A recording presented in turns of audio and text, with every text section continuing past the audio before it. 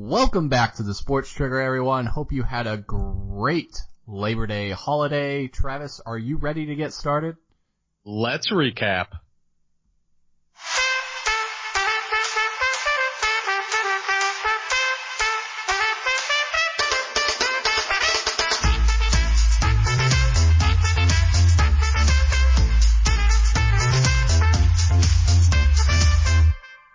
Welcome back to the Sports Trigger, everyone. Travis, you were here in Florida last week. We had a good few fun days kicking off college football as well. And now I'm preparing for a hurricane effect this week with Irma making its move through. But heck, let's get to the recap. What do you think? Yeah, let's go for it.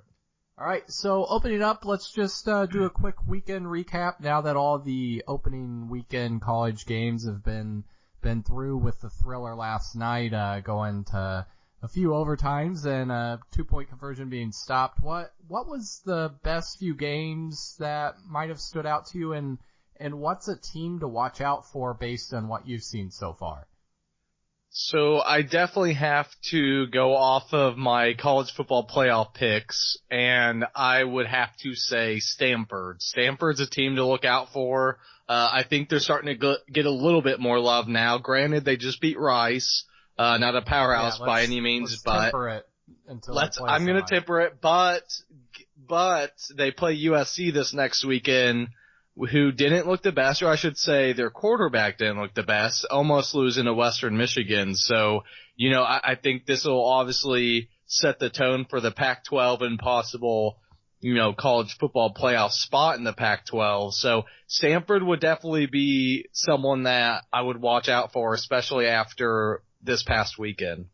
Yeah, actually, USC's defense didn't look great either. So really, Stanford with Love back there, he looked really impressive, and there's some chatter saying that, maybe he's going to put up a really special year this year, because he was good enough to potentially play and make an impact last year, but now that McCaffrey's actually out, he can actually go in there and shine. So that's going to be really interesting. I was not impressed with Darnold at all. I thought he was really bad. One game that I was still really surprised, and we'll see how far this goes, is Virginia Tech game. That really surprised me that they ended up beating West Virginia with a freshman quarterback. And Greer didn't play bad. He played a pretty solid game for having, a year or so off. Over 300 pass yards. I mean, he did really well. So you can't fault them there. And actually, the West Virginia defense did an all right job as well. I mean, 24-21, right? Final score. Right. You can't be too mad about that if you're West Virginia based on past defensive games. But the fact is, you got beat by a freshman quarterback, and that's tough. I think the main reason that West Virginia lost wasn't necessarily because the arm of their of the Hokies QB, but more so the legs. I think he went for over 100 yards. So, definitely did well passing wise, but letting him get out and get some long runs seems like what really doomed them in the end. Yeah, then how about a few huge upsets? Well, yeah, in terms of point, if you're going by point differential and just Vegas lines, Baylor gets beat. That's right, huge. That's number one. And then there was one other UNLV, I believe, got beat, and they had the line was over 40, I think, or something. Yep, I think it was 45, something along those lines. Yeah, so that's pretty embarrassing, to be honest, for them. Yep. I mean, you schedule these so-called cupcakes at the beginning of the year, and this is what can happen. I mean, I saw it Michigan, Appalachian State a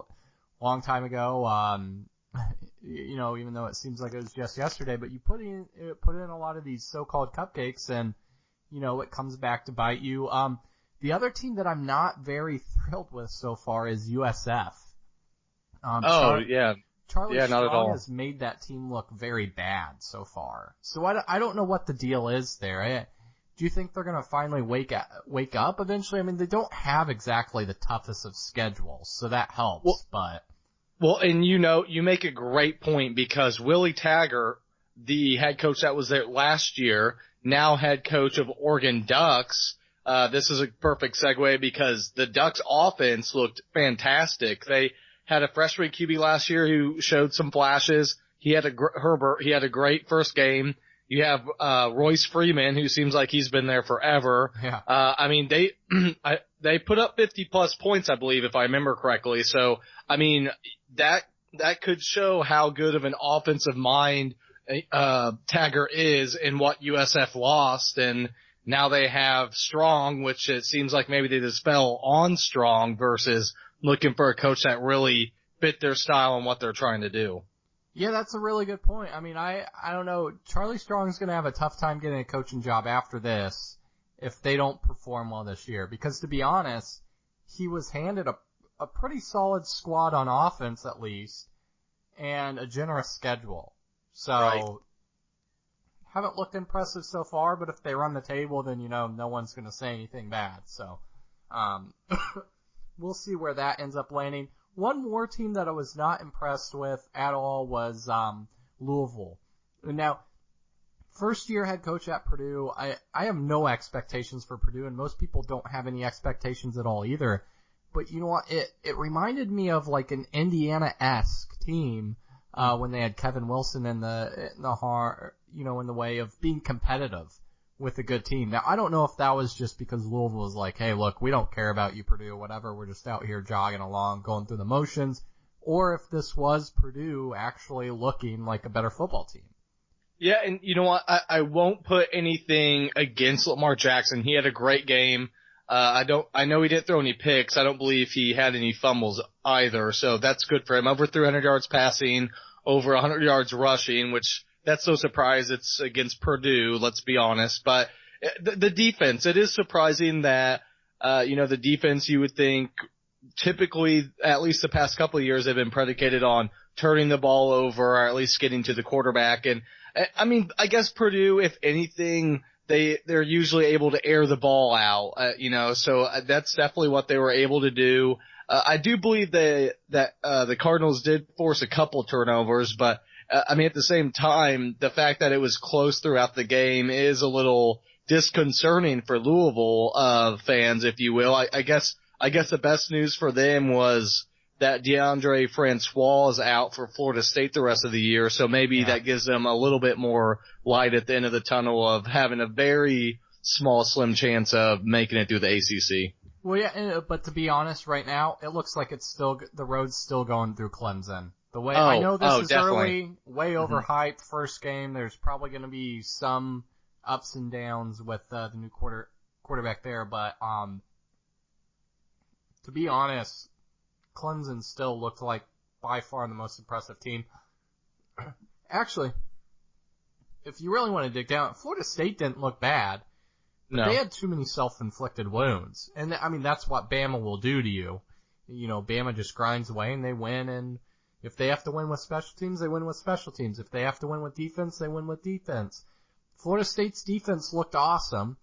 I also attribute that to Bama's offense didn't look good at all. No.